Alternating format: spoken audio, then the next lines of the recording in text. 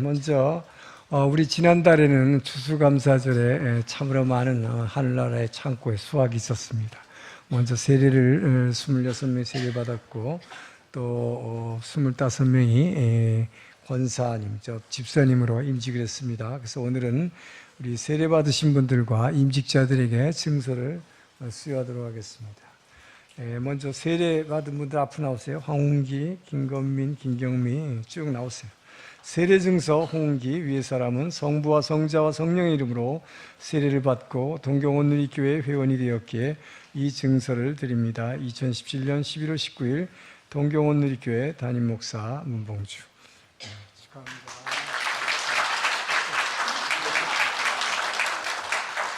세례증서 김건민. 축하합니다. 세례증서 김경미. 세례증서 최지혜. 축하합니다. 세례증서 천일화. 세례증서 서순예.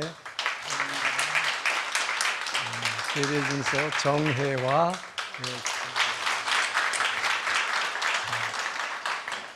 임직자 집사님들 앞으로 나오세요. 안수집사 임직증서 박옥걸. 귀하는 대한예수교 장로회 온누리교회 안수집사로 임직하여 이 증서를 드립니다. 주 2017년 11월 18일 대한예수교 장로회 온누리교회 담임목사 이재훈.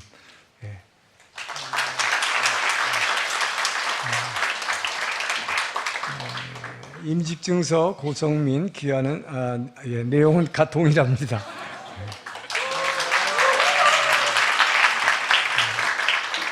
김민지 집사님, 이제 집사님이세요, 다들. 집사님을 부를게요. 김민지 집사님, 축하합니다.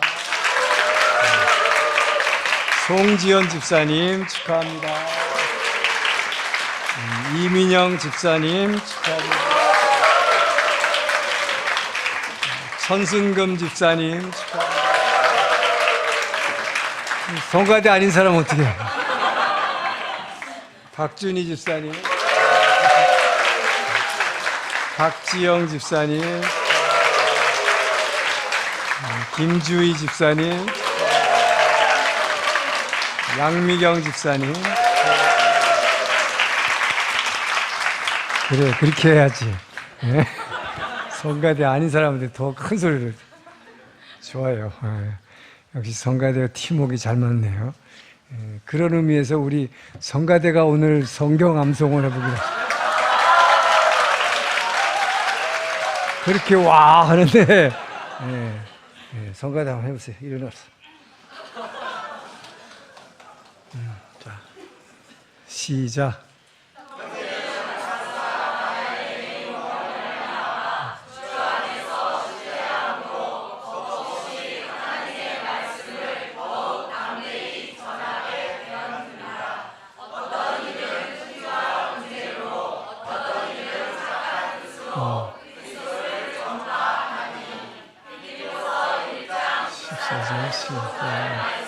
아멘.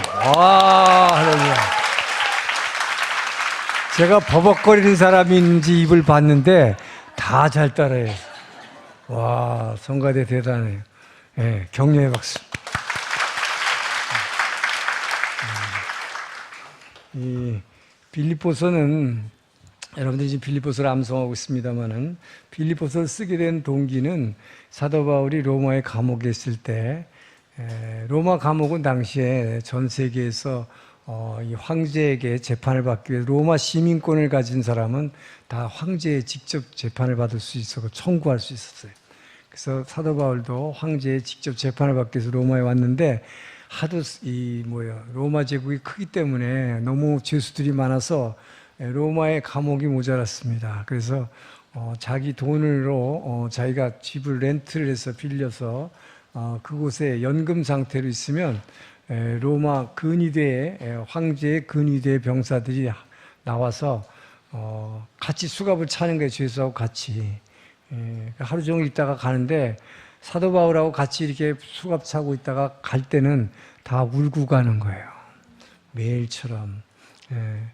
자, 그래서 이 바울은 사실은 로마 감옥에 있었지만 이 감옥에는 먹을 것도 안 주고 아무것도 안 줘서 물도 안 주고, 그래서 이 로마의 지하 감옥을 가보면 진짜 아무것도 없어요. 근데 바울이 있었던 그 감옥에는 기도해서 이렇게 이 손으로 판 샘물이 있습니다. 지금도 맑은 물이 거기 흘러나와요. 참 기적인데, 어쨌든 빌립보 교회가 처음부터 끝까지 사도 바울의 이 감옥 생활에 필요한 물품을 전부 지원하게 되죠. 돈과 물품을 지원하게 되죠. 그래서 바울은 빌립보 교인들에게 감사의 표시로 이 빌립보서를 쓰게 됩니다. 정말 처음부터 끝까지 감사하다는 말이 절절절절 나오고 있어요. 그런데 지금 여러분들이 암송하고 있는 특별히 1장에서는 사도 바울이 지금 로마 감옥에 있기 때문에 자기가 이렇게 메인바 되었죠.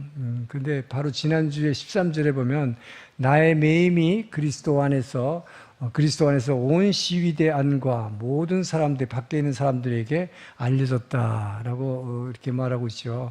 그것이 뭘 얘기냐면, 바울은 감옥에 비록 있지만, 여러분 생각해 보세요. 자유롭게 여러분 이렇게 막 돌아다니면서 전도할 기회를 많이 줬는데도 여러분 전도 잘 안 하잖아요. 근데 바울은 지금 뭐예요? 감옥에 있는데 어떻게 여러분 전도를 합니까? 나는 감옥에서 전도 못해요. 그럴 거 아니에요? 근데 바울은 오히려 감옥에 있으면서 한 사람 한 사람 병사들이, 근위대원들이 들어올 때마다 같이 수갑차고 있으면 하루 종일 복음을 전하는 거예요. 갈 땐 다 은혜 받고 울고 가는 거예요. 그러다 보니까 이 근위대 사람들이 이 로마 황제의 근위대 안에 있는 모든 안에는 소문이 다 난 거예요. 저기 대단한 사람이 있다고. 그분의 말을 듣고 있으면 정말 은혜 받고 내가 변화된다고. 그래서 이 시위대 병사들, 근위대 병사들을 통해서 말씀이 전파되기 시작해서 결국 로마는 로마 황제의 가족들, 왜냐하면 근위대는 이 황제와 가족들의 이 경호실이잖아요. 그래서 로마 황제의 누이 동생, 공주, 그래서 나중에 보면 많은 황실의 사람들이 예수 믿게 되는 걸 보게 됩니다. 그렇기 때문에 여러분 이 빌립보서를 통해서 오늘 또 본문은 뭐라고 그래요? 바울은 뭐라고 그래요? 자기가 매인 것을 매여 있는 상태에 있지만은 어떤 사람은 질투하고 경쟁심에서도 복음을 전하는데, 그러나 그것은 좋은 것이다 이 말이에요. 동기가 어떻게 됐든 간에 전파되는 것은 하나님의 말씀이니, 하나님 나라가 이렇게 확장되는 것을, 이것은 뭐예요? 하나님의 꿈입니다. 예수님의 꿈이 뭐냐? 예수님은 3년 동안 이 땅에 와서 사람으로서 하나님의 말씀을 우리에게 가르쳐 주시고 또 사랑을 보여주셨죠. 보이지 않는 하나님의 사랑이 무엇인지를. 그러나 그 일을 누가 하라고 한 것이냐? 그분이 죽으시고 부활하셔서 우리에게 성령을 보내 하나 예수의 영을 이 안에다 집어넣어 준 다음에 너희가 그 복음을 대신 전하라. 저희에게 주신 사명입니다. 그래서 예수님의 지상명령은 땅 위의 명령이 아니에요. 제일 높은 명령. 뭡니까? 땅 끝까지 내가 가리킨 것을 명하여 가리켜서 행하게 하라. 바울은 감옥에서도 계속 했는데, 여러분 그래서 빌립보서를 외울 때 내가 이 말씀을 뭐 때문에 외우고 있는지를 분명히 알고 왔어요. 나는 말씀을 바울은 감옥에서도 이렇게 많은 사람들 은혜 주셔서 로마 황제의 가족들을 다 변화시켰는데, 여러분들은 얼마나 많은 세상에서 돌아다니면서 말씀을 전할 수 있습니까? 말씀 전하는 사명을 분명히 의식하고 인식하고 다짐하면서 성경을 외우시길 축원합니다. 내일부터 40일 새벽 기도가 시작됩니다. 40일 새벽 기도, 이번부터는 특별이라는 말을 본부에서 빼기로 했어요. 왜냐하면 매번 하는데 무슨 특별이야. 그래서 특별 새벽 기도라는 말이 좀 안 좋다. 근데 그동안에 특별 새벽 기도를 한 거는 뭐냐면, 여러분들이 중환자다 이 말이에요. 기도해야 되는데 기도 안 하니까. 특별하다는 뭐예요? 중환자실에다 놓고 막 여기다가 산소호흡기 여러분 다 붙여놓는 거예요. 40일 동안. 그래가지고 이 안에서 살려내는 거예요. 살려내서 어떻게 하려고? 일반 병동으로 옮기라고.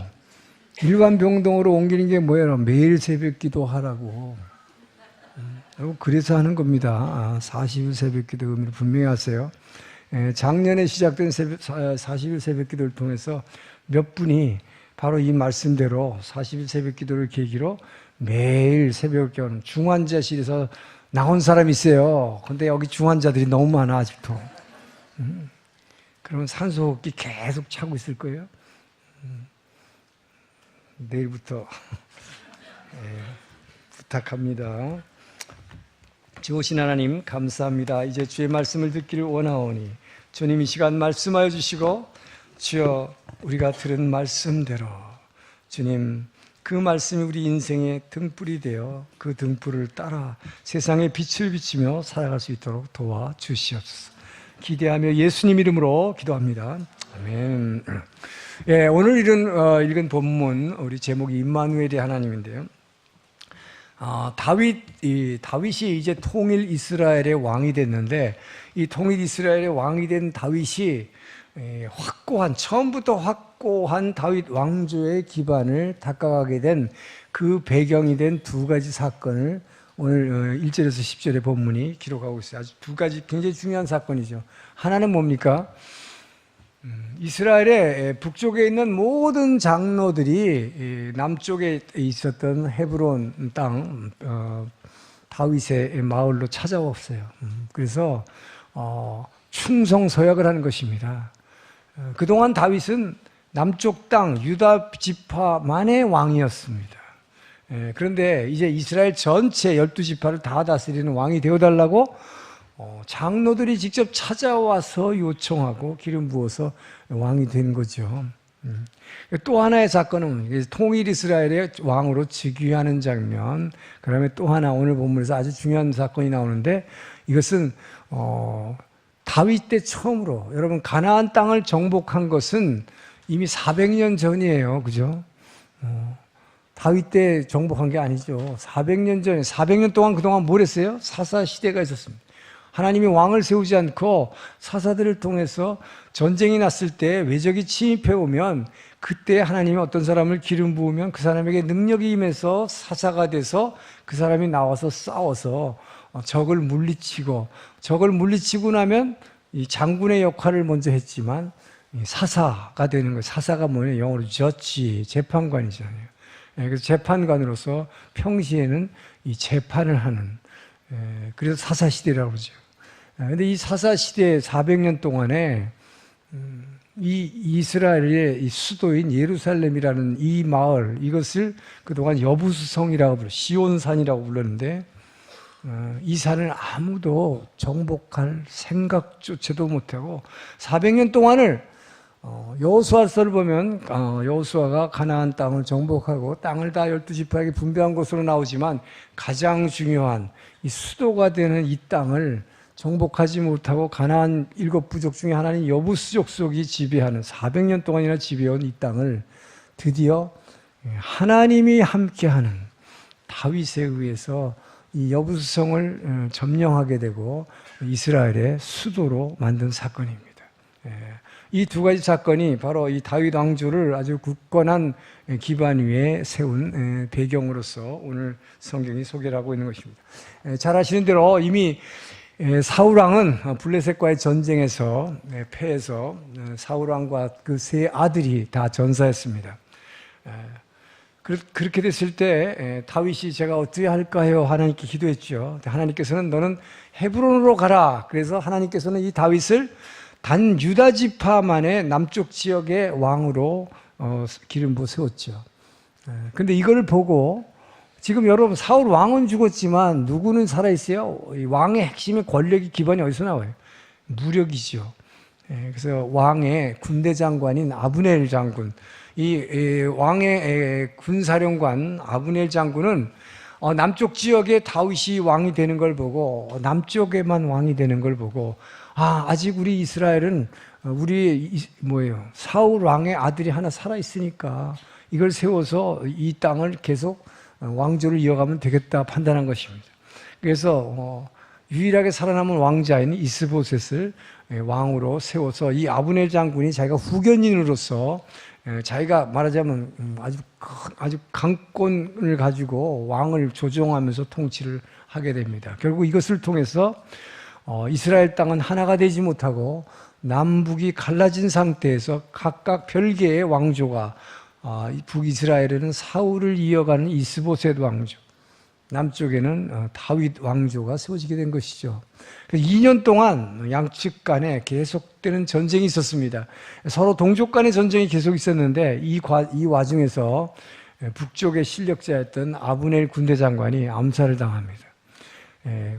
아브넬 장군이 암살당하자 아브넬 장군이 후견인이었죠. 그가 밀어주고 있던 이스보셋 왕, 늘 이 장군의 눈치를 보고 있던 이 왕을 누군가가 또 암살해 버렸어요. 그래서 결국은 사울 왕가가 몰락됐습니다. 그때에 북이스라엘의 장로들을 하나님께서 헤브론으로 보내서 다윗을 통일 이스라엘의 왕으로 삼은 사건이죠.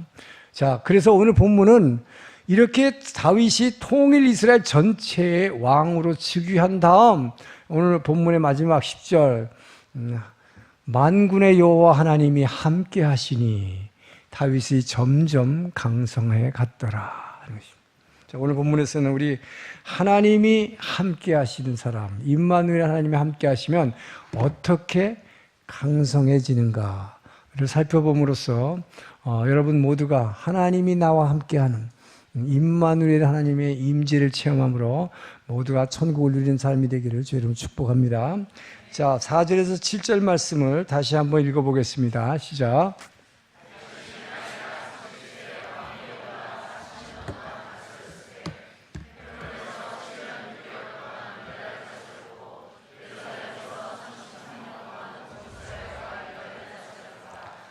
왕과 그의 부하들이 예루살렘으로 가서 그 땅 주민 여부 사람을 치려하며 그 사람들이 다윗에게 이르되 내가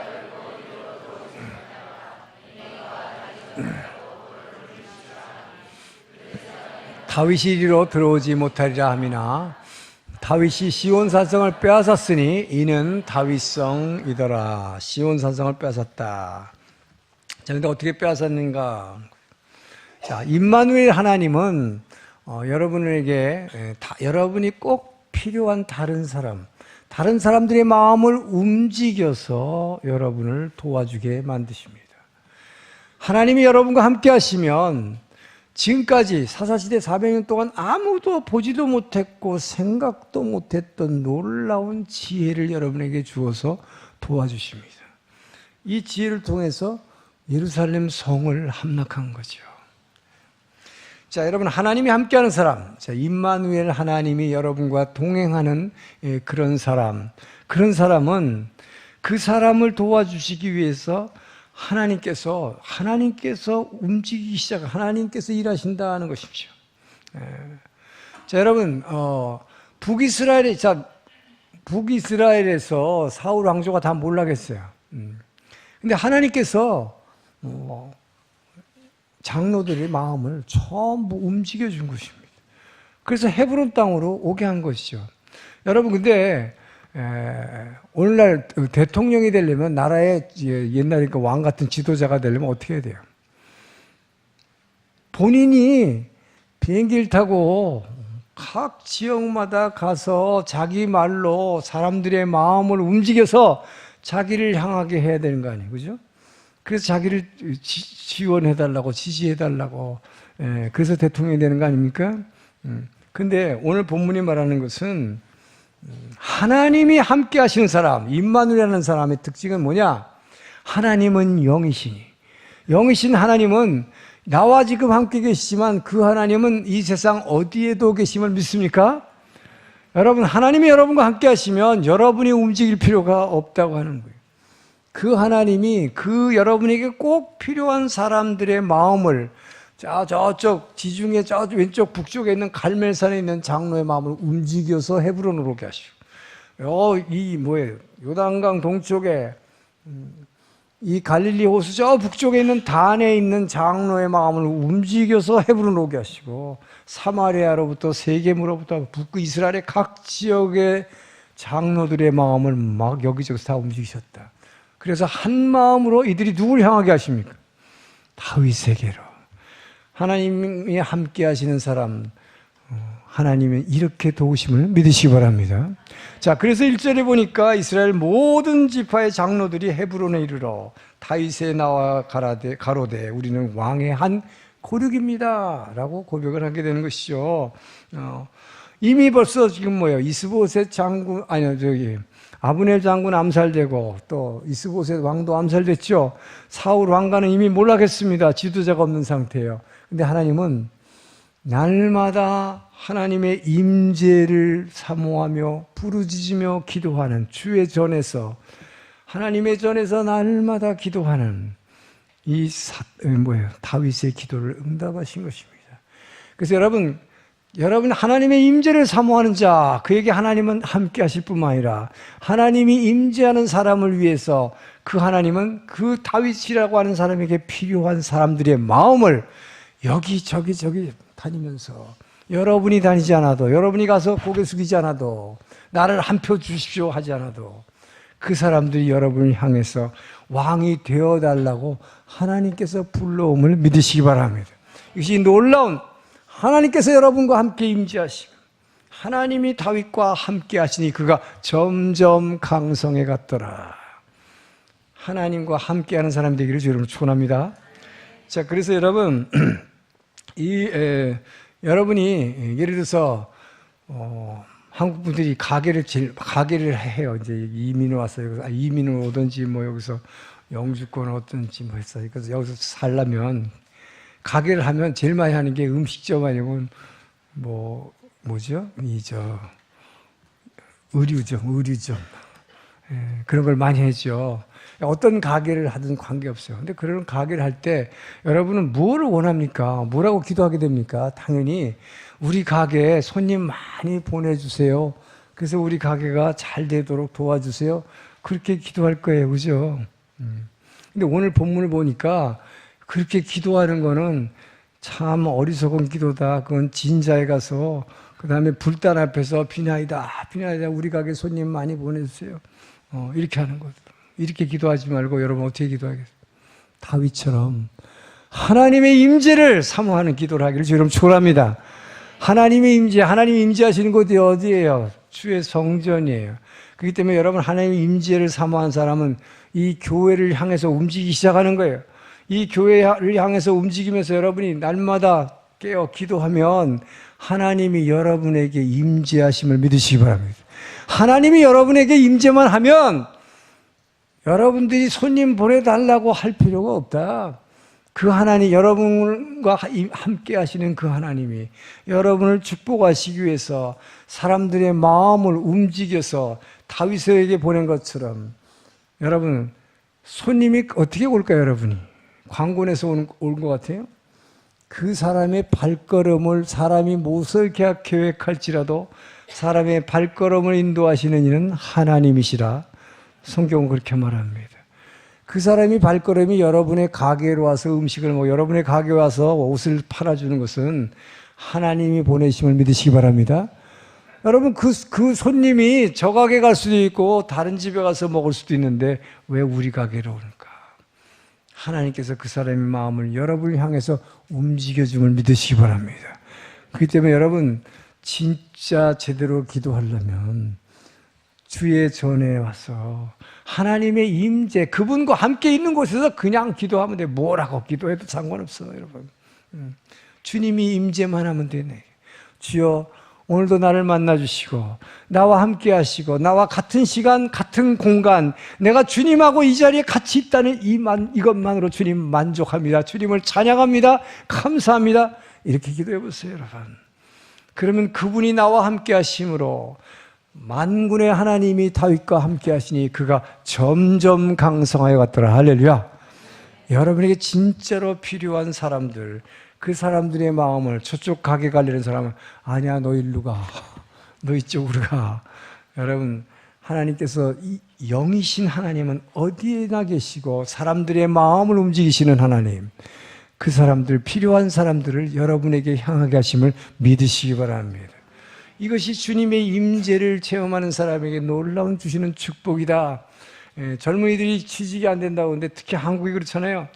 나 취직 좀 해주세요. 100번이나 인터뷰에서 떨어졌어요. 뭐서 뭐 삼포 세대 무슨 세대 하는데 그 청년들에게 오늘 이 설교를 좀 들어야 되는데 취직 안 된다고 포기하지 말고 취직시켜달라고 기도하지 말고 그냥 주님이 계신 곳에 와. 그냥 이 40일 새벽 기도에 그냥 나와. 그러면 어떻게 될까요? 하나님께서 여러분이 필요한 그 회사의 CEO의 마음을 움직여서 여러분을 향하게 하시고 뭔지 모르게 그 사람한테 끌리게 만드는 거예요. 그 인사팀장에게 다른 사람하고 인터뷰했는데 왠지 모르게 끌리게 만드는 거예요. 왜? 그 사람의 마음을 움직이신 것은 하나님이시기 때문에. 할렐루야. 예? 여러분, 하나님은 이렇게 일하시면 믿으시기 바랍니다. 하나님은 영이세요. 하나님은 사랑이세요. 여러분을 사랑하시는 주님이 임재만 하시면, 그분이 함께만 하시면 반드시 여러분에게 필요한 사람을 붙여주심을 믿으시기 바랍니다. 내가 필요해서 막 쫓아다니려고 하지 마세요. 여러분이 필요한 사람을 만나려고 뭐 헬기를 타고 막 이렇게 쳐다본다고 보입니까? 만나집니까? 그러나 여러분이 주님의 임재가 있는 곳에 주님과 함께 거하면 주께서 그 사람들의 마음을 움직여서 여러분 앞으로 나타나게 하심을 믿으시기 바랍니다. 이게 놀라운 하나님의 축복이에요. 근데 또 오늘 본문 6절을 보니까 다윗이 이스라엘의 왕으로 즉위한 직후에 이룩한 가장 큰 업적을 이 시온산, 여부스 산성을 점령해서 예루살렘 이스라엘의 수도로 만든 사건이라고 기록을 하고 있습니다. 자, 여러분, 가나안을 정복해가지고 400년이 지났어요. 그런데 아무도 이스라엘 백성 중에 더군다나 사사시대 400년 동안 사사시대 400년 동안에 사사가 몇 명이 나왔는지 아는 분, 성경 퀴즈. 몇 사람 나왔을까요?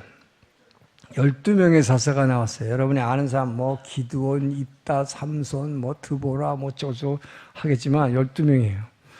12명의 사사가 나왔지만 어느 한 사람도 이 여부수 성을 점령하겠다는 생각조차 못했다. 왜? 난공불락의 성이기 때문에. 이 천혜의 요새예요. 이 산이에요. 높은 산인데, 예루살렘이라는 건 산이에요. 이 산인데 이것이 전략적으로는 가장 중요한 것입니다. 다윗이 눈으로 보면은 이것이 바로 이스라엘의 가장 남북의 중심부에 있을 뿐만 아니라 여기를 수도로 하게 되면 이 남북, 지금 갈라져 있는 이 남북 이스라엘을 하나로 만들어서 정말로 이 땅을 하나님이 다스리는 나라, 하나님을 예배하는 나라로 바꿀 수 있겠다고 하는 그 꿈을 가지고 있었지만 이것은 아주 난공불락의 요새예요. 이걸 어떻게 점령할 수 있을까? 예. 얼마나 난공불락의 요새냐면 오늘 본문을 보면 뭐라고 그랬어요? 그 여부스 속 가나안 족속들이 다윗의 군대를 향해서 막 무시하면서 깔보는 말을 하고 있어요. 뭐라고 그랬어요? 이 성이 얼마나 이 성이 대단한 견고한 진인가 하면 이곳에는 설령 눈이 안 보이는 맹인이라 할지라도 다리를 저는 절름발이 장애인이라 할지라도 다윗의 군대가 쳐들어와도 얼마든지 우리는 너희를 무찌를 수 있다. 이렇게 큰 소리 뻥뻥 치고 있다 말이에요. 자, 이러니까 그 당시에 이스라엘은 400년 동안이나 아무도 이 시온 산성을 보면 아이고 저기는 뭐 감히 접근도 못하는 곳이라고 생각한 거예요. 그러나 하나님이 다윗과 만군의 하나님이 함께 하시니 그가 점점 더 강성하였더라. 할렐루야. 다윗의 눈에는 여러분 하나님이 함께 하시는 사람에게는 지금까지 보지 못했던 것이 보여짐을 믿으시기 바랍니다. 지금까지 생각도 못했던 것, 지혜를 주심을 믿으시기 바랍니다. 이것이 바로 하나님이 함께하는 임마누엘 하나님의 그 하나님이 여러분에게 주시는 놀라운 축복이다 하는 것입니다. 그렇기 때문에 우리가 추구해야 될 것, 우리가 사모해야 될 것, 기도해야 될 것은 다른 거 아니에요. 오직 하나님이 나와 함께 해주기를. 그러면 다 끝난 거야, 여러분. 게임 끝났어. 왜? 지금까지 알지도 못했고 보지도 못했고 생각지도 못했던 지혜를 주시기 때문에. 이 가나안 부족들이 여부스 족속들이요 이렇게 우습게 봤단 말이에요. 다윗의 군대를. 우리가 눈 감고도 너희들 이길 수 있어. 우리가 절름발이라도 너희를 무찌를 수 있어. 이러고 있는데 다윗의 군대는 허를 찌른 거예요. 자, 하나님 뭘 보여주셨을까요? 자, 이 시온 산성이 이렇게 이게 산성입니다. 이렇게. 그런데 이 예루살렘 성에는 이 안에는 물이 없어요. 물이 없어가지고 이 물이 어디 있냐면 이 예루살렘 성 밖에 이 산성 바깥에 기혼샘이라고 있어요. 기혼샘. 지금도 가면 있습니다. 이 기혼샘이라고 하는 것이 이 예루살렘에 사는 모든 주민들 몇백만 명을 먹이는 물의 근원이에요. 여기 가서 물을 길어가야 돼. 근데 다윗은 그것을 본 것입니다. 자, 물이 여기 있는데 이 성 바깥에 있는 기온샘의 물, 이 수로를 뚫어서 성 안으로 들어가는 거예요. 여러분, 이거 상상도 못할 일이에요. 보통 사람 같으면 산에다가 구멍을 뚫어서 이렇게 터널로 들어가겠다는 생각을 할 수도 있어요. 그러나 물이 나오는 샘물 속으로 들어가서 여러분 그 안에 들어가서 거기를 구멍을 뚫어가지고 수로를 뚫어서 더군다나 평면으로 뚫어가지고 가서 이제 성 안으로 들어갈 수 있죠. 그 다음에 어떻게 해야 돼요? 수직으로 뚫어 올라가는 거예요. 놀라운 발상입니다. 지금으로부터 3,000년 전의 일이에요. 여러분 생각해 보세요. 3,000년 전의 일이에요.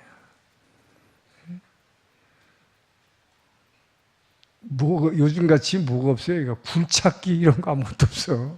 손으로 물속에 들어가서 이걸 그 물속에 들어가서 어떻게 작업을 했을까? 수구로 뚫었어요. 수구, 비밀 수로로 뚫었어요. 상상도 못하는 것이죠, 적들은. 이걸 뚫어가지고 위로 또 뚫고 올라갔어요. 이게 손으로 일일이 이걸 다 이 바위산을 하고 꼭대기로 올라가서 다윗의 군대가 이 여부수성 위로 올라가서 이것을 완전히 점령하고 쫓아낸 것입니다. 할렐루야. 이 예루살렘 성이에요. 시온 성이에요. 여러분, 지금까지 이 여부스족, 가나안 족속들은 이 땅에 견고한 진을 치고 있었던 것입니다. 무엇으로 견고한 진을 쳤습니까? 여러분, 성경을 읽다 보면 뭔가 이거 좀 공정하지 않다 하는 생각이 들 때가 있어요. 뭐예요? 왜 하나님이 가나안 족속들을 다른 데는 몰랐는데 가나안을 점령한 다음에 그곳에 있는 자들은 무릇 호흡하는 자는 짐승이건 사람이건 여인이건 어린아이건 다 죽여라 그랬어요. 소위 말하는 성절 다 죽이는 것입니다. 지하드라고 그러죠. 지하드 모두 다 죽이는 거예요. 숨 쉬는 존재는 다 죽여라. 왜 그랬을까? 왜 여인과 어린애들까지 다 죽이라고 했을까? 아니, 하나님 되게 불공평하네. 성경 읽다가 이렇게 불평한 사람도 있어요. 그러나 이것은 하나님 목적이 있는 것입니다. 가나안 족속들 어떤 사람들입니까? 우리가 이스라엘의 역사를 통해서 쭉 그 이제 사사시대 이후에 나오는 이야기를 보게 되면 가나안 부족수들이 갖고 있는 종교가 뭐예요? 바알 우상입니다. 이들은 이 여부성의 바알 우상이라는 견고한 진을 치고 이것이 죄와 인간의 정욕으로 꽉 차 있는 이 견고한 진을 치고 있는 거예요. 이것을 지키려고 한 것입니다. 여러분, 이 바알 신이라는 게 뭐예요, 여러분? 비를 내리게 하는 신이에요. 왜? 이스라엘 땅은 비가 잘 안 내리는 곳이에요. 물이 귀한 곳이, 비가 안 내는 곳이. 기후제를 드리기 위한 방법으로 이 바알 우상 앞에서 이 남녀가 모여서 성적 행위를 하는 이 더러운 이 인간의 성욕을 자극하는 이것을 신앙이라는 이름으로 종교 의식으로 겉포장을 해서 절대로 죄의식을 느끼지 못하게 하는 이것이 무서운 사단의 전략인 것입니다. 그래서 아무도 알지 못하는 이 비를 내리기 위한다는 이 명목으로 남녀가 정말 이 성행위를 하는 이것이 바알 우상이에요, 여러분. 그래서 성경은 바알 우상을 계속해서 뭐라고 그래요? 저들은 이스라엘을 향해서 계속해서 간음했다는 얘기를 계속하고 있는 게 목사님들 설교할 때 그것을 영적 간음이 아니에요. 영적 간음이라는 것은 하나님 이외에 다른 신을 섬겼다는 의미지만 실제로 간음 행위를 한 것입니다. 이것을 아무런 죄의식을 느끼지 않고 할 수 있도록 만든 이 사단의 전략, 이것이 견고한 진이 이것을 지키려고 했던 것이죠. 그러나 하나님은 하나님이 함께 하시는 임마누엘의 다윗에게 지금까지 보지 못한 지혜를 보여주신 것입니다. 할렐루야. 이 견고한 진을 깨트리는 거예요. 여러분, 중요한 것은 예수 믿는 여러분들에게 속에도 이 견고한 진이 모든 사람들에게 있다는 것입니다. 내게는 그런 게 없을까요? 다 있어요.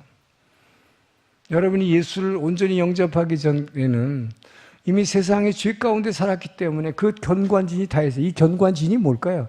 여부스 성의에, 그래서 여부스족들이 갖고 있는 거 뭐예요? 여러분 안에 이 내 생각, 내 고집, 내 프라이드, 이것이 굉장히 높은 것을 갖고, 굉장히 높여진 이걸 갖고 있어요. 근데 이 견고한 진이 뭐냐?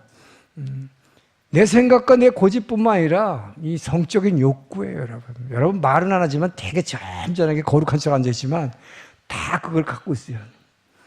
이 사단은 견고한 진을 여기다 쳐놓고 이것을 끝까지 지키려 하는 거예요.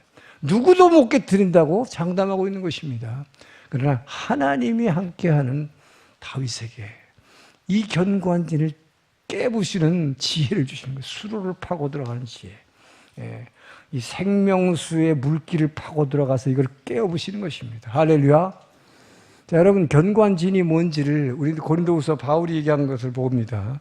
10장 4절을 보면 우리 안에 있는 견고한 진이 뭔지를 이렇게 설명해서 읽습니다. 싸우는 무기는 육신에 속한 것이 아니요 모든 이론.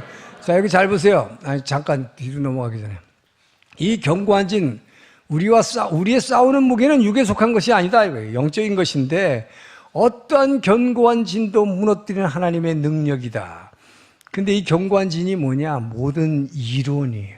모든 이론을 무너뜨리는 거. 여러분 안에 있는 이 견고한 진이라는 게 뭐냐? 여러분 나름대로의 논리를 가지고 있다는 말이에요. 여러분들이 이 논리 뭐냐? 여러분으로 하여금 교회 안에서 봉사하지 못하게 하고 사역하지 못하게 하고 순모임에 참가하지 못하게 하고 그냥 예배 끝나면 싹 도망가게 하고 절대로 전도하지 못하게 하고 하는, 나는 왜 교회의 일에 내가 깊이 들어가면 안 돼 라고 하는 자기 나름대로 논리를 갖고 있다는, 이것이 견고한 진이라는 거예요. 이 논리가 근데 어디서 나온 거냐? 내 생각과 내 고집과 어떤 면에서 보면 여러분의 이 나쁜 성적인 욕구를 거룩한 삶을 살기 피하고자 하는, 그래서 하나님의 사역을 안 하고 하나님의 말씀을 가리키거나 배우려고 안 하고, 왜? 그거 하다가 자기가 하고 싶은 거 못하니까. 새벽기도 안 나오는 이유, 여러분, 뭐 거리가 멀고 뭐 아이들 때문에 이유가 많이 있어요. 물론 그런 거는 뭐 충분히 이해할 수 있어요. 그런 게 아니라 새벽기도 하다가 너 지금 있는 직장 버리고 선교 나가라 그런 소리 들을까 봐. 아니면 진짜 새벽기도 하다가 하나님이 내가 거룩하니 너도 거룩하라 하니까, 아니 나 그렇게 거룩한 삶 살기 싫어요. 내가 하고 싶은 거 많은데. 여러분 안에 이 견고한 진, 이 여부수족이 지키려 했던 이 견고한 진, 이것이 깨어지기를 주의 이름으로 축원합니다. 하나님이 임재하는 사람, 하나님이 함께하는 사람에게는 이것을 깨는 방법을 보여주신다. 할렐루야. 전 여러분들이 이것을 깨기를 주의 이름으로 축원합니다. 그래서 다윗처럼 날마다 부르짖는 거예요. 주의 임재를 사모하여 여호와의 아름다움을 사모하여 앙망하리라. 전 여러분들이 내일부터 시작되는 40일 새벽 기도를 통해서 이 부르짖는 기도를 통해서 다른 거 다 빼놓고 이제 여러분 안에 이 견고한 진을 깨어버리고 온전히 하나님의 사람으로 의의 도구로 쓰임받게 되기를 주의 이름으로 축원합니다. 자, 7절에서 10절에 있습니다. 9절에서 10절 시작. 9절에서 10절. 다윗이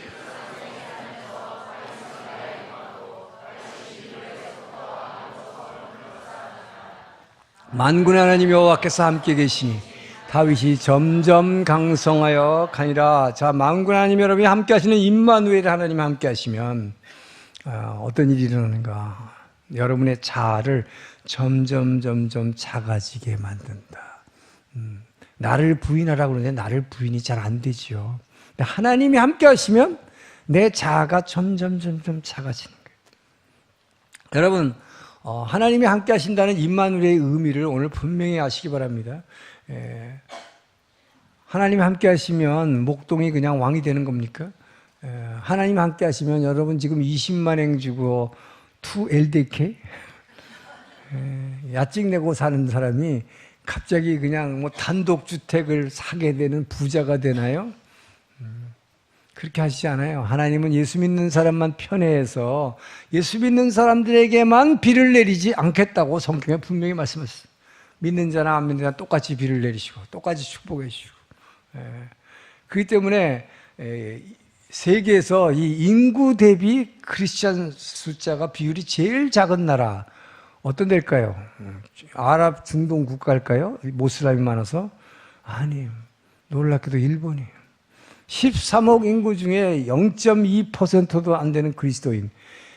그리스도 인구가 인구 대비 제일 낮은 나라의 세계에서 가장 뭐예요?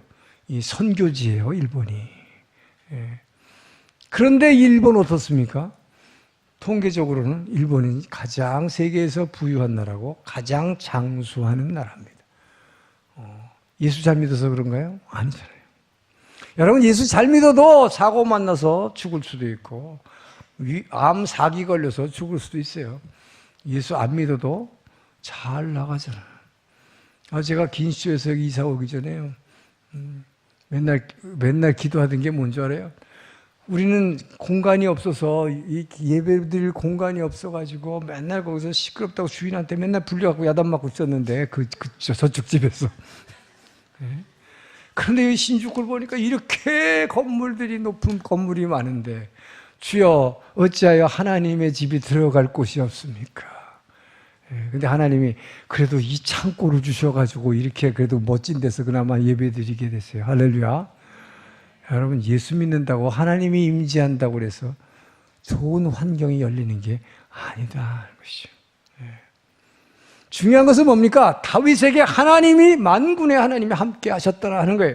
하나님이 함께 하시는 게 중요한 것입니다. 할렐루야. 여러분 믿음의 조상 아브라함에게 하나님 함께 하셨습니다. 이삭과 야곱에게 요셉에게 함께 하셨습니다. 그러나 한번 보세요. 아브라함의 삶이 하나님이 그와 함께 하시니까 하나님 본토 친척 아비집을 떠나서 내가 지시할 땅으로 가라 그랬는데 좋은 일만 일어났습니까? 안 좋은 일이 더 많았어요.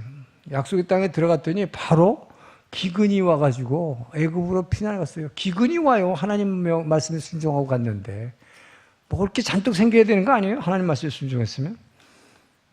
애굽으로 피신 갔더니 어떻게 됐어요? 자기 아내를 바로 왕한테 뺏겼어. 근데 성경에서 이해 안 되는 말이 많이 나왔는데 자기 아내가 65세인데 얼마나 미인이라서 바로 왕이 뺏었대. 65세 되시는 분을 기대하세요 지금. 그런데 요셉 보세요. 야곱 보세요. 20년 동안 자기가 그렇게 축복 장자권 뺏어가지고 아버지 속이고 도망갔지만 외삼촌 라반의 집에서 20년간 계속 삼촌한테 사기당하고 하면서 20년을 중노동을 하면서 살았어요. 요셉 보세요. 그렇게 하나님 말씀에 순종하는 삶을 살려고 하나님과 동행하는, 늘 보면 요셉은 하나님이 동행했더라. 하나님이 동행했지만 요셉은 노예 생활했습니다. 여러분 성경을 보면요, 하나님이 함께 하신다고 하는 것이 환경이 좋아진다는 게 아니라는 걸 우리 알 수 있어요. 이스라엘이 애굽에서 400년 동안 노예 생활할 때에도 하나님은 함께 하셨습니다. 출애굽해서 광야 생활, 물도 없고 풀도 없는 40년 사막을 걷고 있을 때도 하나님은 함께 하셨다고, 구름기둥 불기둥으로 인도하셨다고 했어요. 그러나 그 환경은 뭡니까 여러분? 하나님이 함께 하시면요, 고난도 함께 하심을 믿으시기 바랍니다. 고난도 따라다녀 같이 보니까. 그렇다면 하나님이 진짜 임재라는 건 뭘 얘기할까요? 하나님의 임재, 하나님이 나와 함께 하신다, 임마누엘의 하나님. 이것은 여러분의 환경을 좋은 환경으로 바꿔주는 것이 아니다 하는 것을 우리는 분명히 알 수 있습니다. 그것이 아니라 오히려 이런 악한 환경 가운데서도 이 환경을 이겨낼 수 있는 능력, 그 안에서도 하나님 말씀에 순종할 수 있도록 자아를 점점 더 내려로 자아가 작아지게 만들고 부인하게 하는 능력, 이 능력 주시는 분이 옆에 계심을 믿으시기 바랍니다. 이것이 하나님의 임재예요. 임마누엘이요. 예수님의 이름이 임마누엘이었음을 기억하시기 바랍니다. 예수님 하나님이 함께 하시는 분이에요. 그 이름 자체가. 그러나 이 하나님이 함께하는 예수는 십자가 위에서 엄청난 고통을 받으신 분입니다. 예. 자, 여러분, 하나님이 함께 하신다는 이것을 좀 더 잘 이해하려면 그게 뭘 의미하는가? 예, 엄마와 아기의 관계를 생각해 보면 돼요. 예. 엄마의 품에 안긴 아기를 엄마는 어떤 존재로 생각할까요? 자기가 그냥 배가 고파서 울기만 하면 그냥 젖주는 좋은 엄마로, 좋은 존재라고 기억을 해요. 그건 촉감으로 알고 그냥 후각으로 알아요. 엄마를 그냥 체험하는 거죠. 엄마의 임재를 늘. 예. 그러니까 아이는 낮잠 자다가 엄마가 없으면 그냥 울어버리지. 왜? 그 존재가 없어지면 큰일 나니까. 왜? 좋은 존재니까. 그런데 점점 클수록 어떻게 됩니까? 엄마가 회차 들고 때려. 좋은 엄마인 줄 알았는데. 근데 때리기만 합니까? 사춘기가 돼가지고 중3 정도 돼가지고 어떤 남자를 혼자 짝사랑하게 되는데 걔한테 채였어. 그럼 어떻게 해요? 엄마 울면서 엄마하고 상의 인생의 고통, 시련이란 게 뭐야? 이게 엄마예요, 여러분. 엄마라는 건 뭡니까? 좋은 환경을 주는 건 아니에요. 좋은 환경이든 나쁜 환경이든 기쁨과 슬픔을 함께 나눌 수 있는 존재. 그러면서 언제든지 뭐예요? 나를 위해서 일해주는 존재지요. 그러나 때리기도 하고. 이 사랑하는 존재가 나와 함께 있다는 것, 이것이 하나님의 임재임을 믿으시기 바랍니다. 그렇기 때문에 그 안에서 기쁨과 자유함을 누릴 수 있다는 것이죠. 그래서 오늘 이 본문과 관련해서 사도 바울은 뭐라고 고백을 하는가? 고린도전서 13장 11절 봅니다. 시작. 내가 어렸을 때에는 말하는 것이 어린아이 같고 깨닫는 것이 어린아이 같고 생각하는 것이 어린아이 같다가 장성한 사람이 되어서는 어린아이의 일을 버렸노라. 여러분, 어렸을 때 것은, 어렸을 때 사고가 이 모든 것들은 장성하고 나면 어렸을 때 것을 버린다고 바울은 얘기해요. 이 고백처럼 우리는 하나님이 나하고 함께 하신다는 하나님의 임재의 체험을 무조건 성공주의로 받아들이는 것을 버리시기를 축원합니다. 우리는 구약을 읽을 때 하나님이 함께 하실 때 무조건 좋은 일이 일어났다고 착각하는데 그렇지 않다는 걸 제가 계속 강조를 하고 있어요. 그 정답이 뭡니까? 예수님의 이름이 임마누엘이라고 했잖아요. 정답이 바로 예수 그리스도예요. 하나님의 임재라는 것이 좋은 환경을 주는 게 아니라는 뜻. 뭡니까? 예수님의 12제자들이 바로 그렇게 착각을 한 것이죠. 임마누엘이라는 이름, 메시아, 기름 부은 자가 이 땅에 오시면 무조건 좋은 일이 일어난다고 생각했어요. 그분만 쫓아다니면 이분이 유대의 왕이 돼가지고 로마로부터 독립하고 엄청나게 자기도 같이 따라서 출세한다고 생각했어요. 성공주의를 본 것입니다. 하나님의 임재. 그렇지 않다라는 걸 보여준 거죠. 그래서 예수님이 뭐라고 했어요? 나는 십자가에서 고난을 받고 죽어야 되고 반드시 다시 살아나야 된다. 3번씩이나 말했는데도 이들은 깨달지 못했어요. 왜? 이게 바로 아까 얘기한 마음속에 있는 견고한 진이야. 여러분 안에 있는 견고한 진은 내 생각, 내 욕망, 내 욕심, 나의 계획이 꽉 차 있는 거예요. 왜? 이분만 쫓아다니면 나는 이분이 왕이 될 테니까 나는 거기서 장관하고 뭐 총리하고 이렇게 하겠다는 생각이 꽉 차 있었죠. 뭐라고 얘기해도 안 들어오는 거예요. 그러니까 예수님이 죽는다는 소리를 하니까 베드로가 뭐라고 했어요? 절대 주님한테 그런 일이 일어나서는 안 됩니다 했더니 뭐야? 사탄아 물러가라 그랬잖아요. 야단 맞는다. 자, 그렇다면 여러분 또 거꾸로 아이고 그러면 예수님 이름이 임마누엘인데 예수님이 십자가에서 이렇게 고통받으신 그 예수님, 그러면 우리 그리스도인은 맨날 십자가 위에서 이렇게 고통만 받고 뭐 인생에 실패해가지고 뭐 이러고 앉아 있어야 되나? 그게 아니죠. 성경이 말하는 건 뭡니까? 예수님의 이 십자가의 고난, 나를 부인하는 이 고난 뒤에 내가 죽은 후에 뭐야? 이 모든 죽음의 사망 세력을 완전히 부시고 승리의 부활의 영광이 주어짐을 믿으시기 바랍니다. 이것이 우리가 믿는 예수의 임마누엘의 의미라는 거예요. 그렇기 때문에 예수 믿어서 하나님의 임재가 우리하고 함께하면 좋은 일, 좋은 환경으로 변해주는 게 아니라 나를 부인하는 능력, 고난 가운데 이겨낼 수 있는 능력, 그 능력이 내게 입혀진다는 것이죠. 그렇기 때문에 우리는 십자가와 함께 나를 죽이는 거예요. 늘 그 훈련이잖아요. 십자가 위에서 나를 주님과 함께 죽이고 자아를 죽이고 이렇게 죽임으로 말미암아 십자가의 희생으로 말미암아 뭐야? 부활의 영광. 이 십자가의 부활의 영광, 십자가의 희생과 자기 희생과 이 부활의 영광. 여러분 이 사랑이 여러분을 충만하게 채움으로써 그 안에서 진정한 자유함을 누리는 여러분 되기를 주님 축원합니다. 이것이 진짜 그리스도인이 주님과 함께하는, 하나님이 나와 함께하는 거의 의미예요. 그래서 우리는 주님이 나와 함께 하시니까 더 이상 세상에서 성공하고 잘되고 뭐 축복받고 이제 그런 생각을 좀 버리시기 바랍니다. 예수 믿고 하나님이 나와 함께 하시니 다른 사람과 비교해서 더 잘 먹고 잘 살게 되더라. 그건 아닌 거예요.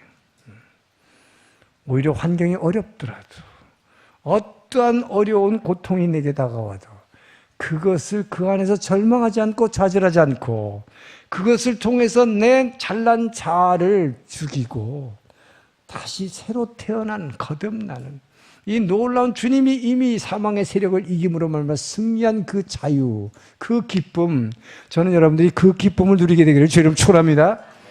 이것이 주님과 함께, 주님이 임재하시면, 나와 함께 하시면 여러분의 지금 처한 환경 가운데서 가장 여러분에게 현재 천국을 체험할 수 있는 지름길을 믿으시기 바랍니다.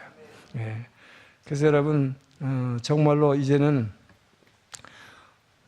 나를 주님과 함께 십자가에 죽고 함께 살아나는 그 부활의 그 믿음을 가지고 늘 이 자아가 점점 작아지기를 축원합니다. 여러분들이 왜 고통 가운데서 막 잠 못 자고 힘들어합니까? 그 내 안에 있는 이 뭐예요? 견고한 진을 깨부시지 못해서 그래요.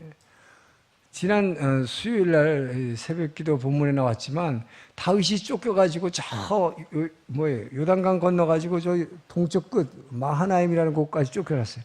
이 이스라엘의 땅 끝이에요. 오른쪽 끝. 거기에 도망갔는데 그 아들 압살롬이, 반역한 압살롬이 아버지를 죽이려고 큰 병력들을 끌고 오는 거예요. 오면 죽게 돼 있어요. 그럴 때 다윗은 그러니까 살려달라고 외치는 게 아니라 어떻게 합니까? 낭떠러지에서 거기서 뭐예요? 낭떠러지 절벽에서 떨어지기로 결심합니다. 이게 바로 뭐예요? 십자가에서 나를 죽이는 거예요. 여기서 나의 욕심, 내가 지금까지 계획했던 모든 것, 이런 거를 여러분 끝까지 붙들고 있으니까 고통스러운 거예요. 이 고통스러운 환경 가운데서 그때 필요한 것이 바로 에스더가 고백한 대로 주여 죽으라면 죽으리라. 내가 정말 죽지 않으면 안 될 일이라면 제가 죽겠습니다. 주님과 함께. 여러분 예배 끝날 때만 이렇게 하고 내가 손해 못 받고 밭에 못 받고 그러지 마시고 진짜로 그렇게 하시란 말이에요. 진짜로. 주님과 함께 죽겠습니다. 내 잘난 내 계획. 아까 뭐라고 그랬어요? 이 견고한 진이라는 게 굉장히 높아져 있는 것들, 이 모든 것들을 무너뜨린다 그랬어요. 내 잘난 자존심, 나의 계획, 주님과 함께 내려놓기를 주님 축원합니다. 여러분이 정말로 어떻게도 할 수 없는 상황 가운데서는 그것밖에 없잖아요. 그것이 바로 주님과 함께 죽어버리는 거예요. 그냥 나를 죽어버려요. 그러면 그 불안함과 고통이 다 날아가. 그 두려움이 변하여 내 기도 되었고 첫날의 한숨 변하여 내 노래 되었네. 이 천국을 체험하기를 주의 이름으로 축원합니다. 기도하겠습니다. 좋으신 하나님 감사합니다. 아버지와 주님과 함께 하시면 주의 영이 일하셔서 내가 필요한 사람들을 붙여주시고 아버지여 내가 보지 못한 것 지혜를 주시는 주님을 찬양합니다. 그러나 주님이 함께 하심으로 모든 것이 좋아지는 것이 아니라는 걸 깨닫게 하시니 감사합니다. 어려운 것 가운데서도 내가 주님과 함께 자아를 못 박을 때 놀라운 새로운 세상, 영원한 하늘이 열림을 믿게 허락하여 주시옵소서. 감사하며 예수님 이름으로 기도합니다. 일어나서 봉헌 찬양하겠습니다.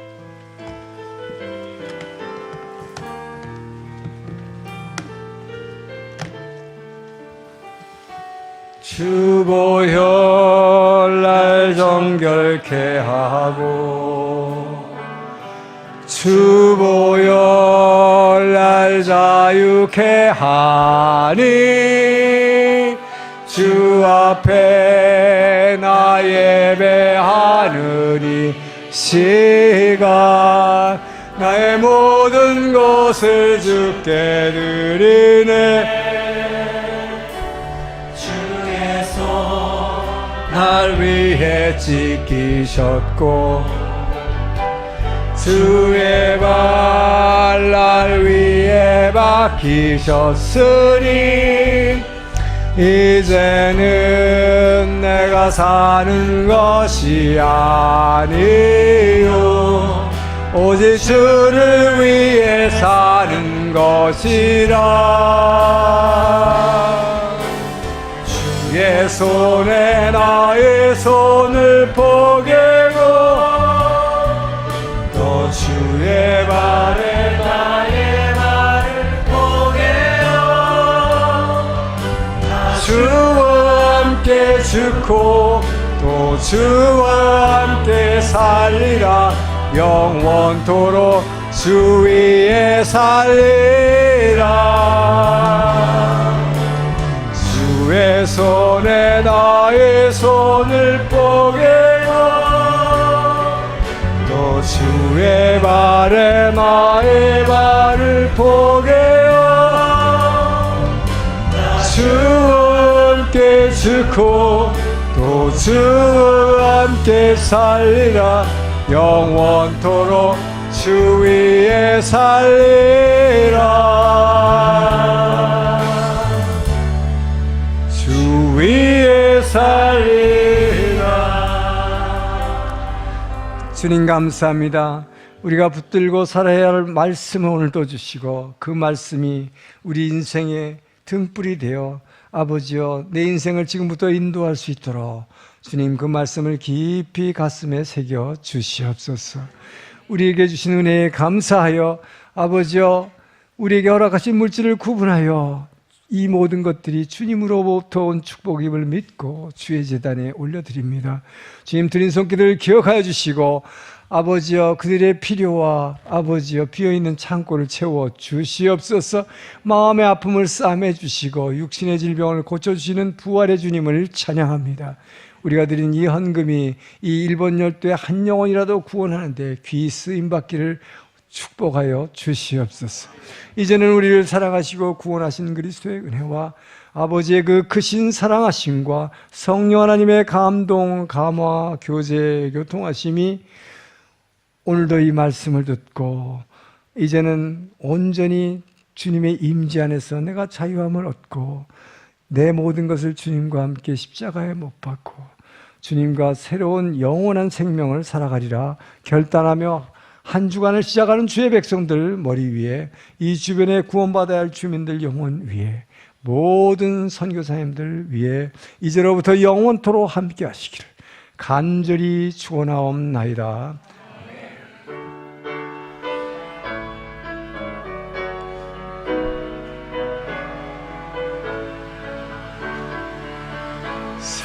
살아계신 주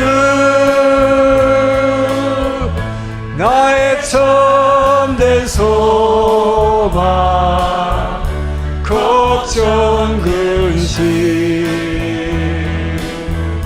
전혀 없네. 사랑의 주의 갈 길은 내 모든 삶의 기쁨 늘 충만하네. 우리와 함께 임재하시는 주님께 감사와 영광의 박수를 드립니다.